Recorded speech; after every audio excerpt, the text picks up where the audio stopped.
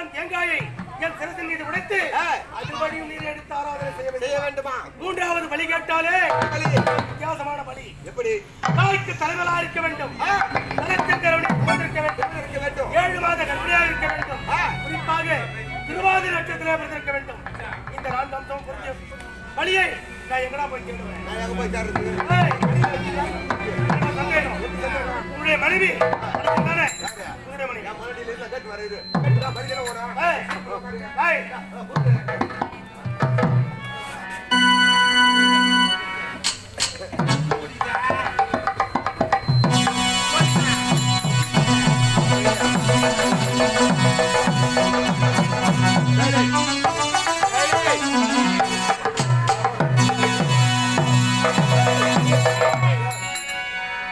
எவன் கொண்டாட்டி எவன் கட்டா கொடுப்பான் பலி.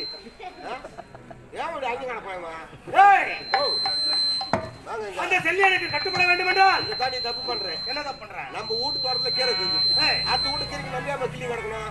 நம்ம வீட்டு தோட்டத்துல கீரை இருக்குதா? புதிதாமே தெல்ல தெளிவா சொல்லு. நிறமாக கர்ப்பிணியா இருக்கணும், தாய்க்கு தலைமகளா இருக்கணும், கலைச்சி நிறம் சும்மா இருக்கணும். ரொம்ப நாள் கஷ்டம் போயிட்டு உன் பொண்டாட்டி கர்ப்பமா இருக்கிறா. அறிவின் சிகரமே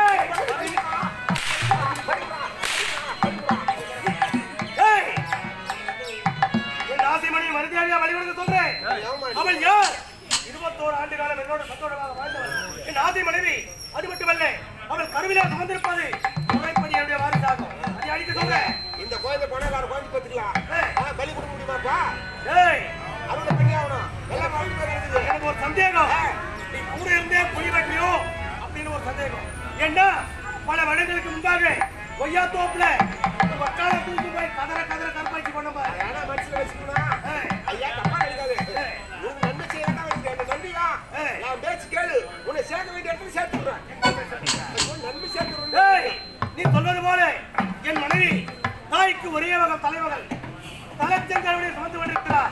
7 மாத கர்ப்பிணியாக இருக்கிறார். குறிப்பாக என் மனைவி மருதேவியும் திருவாதிரை நட்சத்திரத்திலே வந்தவள். என் மனைவியை வழிபடுத்தி விட்டால் அகோர சக்தி அடைந்து விடுவேன். பிறகு இந்த பிரபஞ்சமே என் காலில் வெட்டிட்டு கிடக்கும். ஒரு படி ஏற்பாடு பண்ண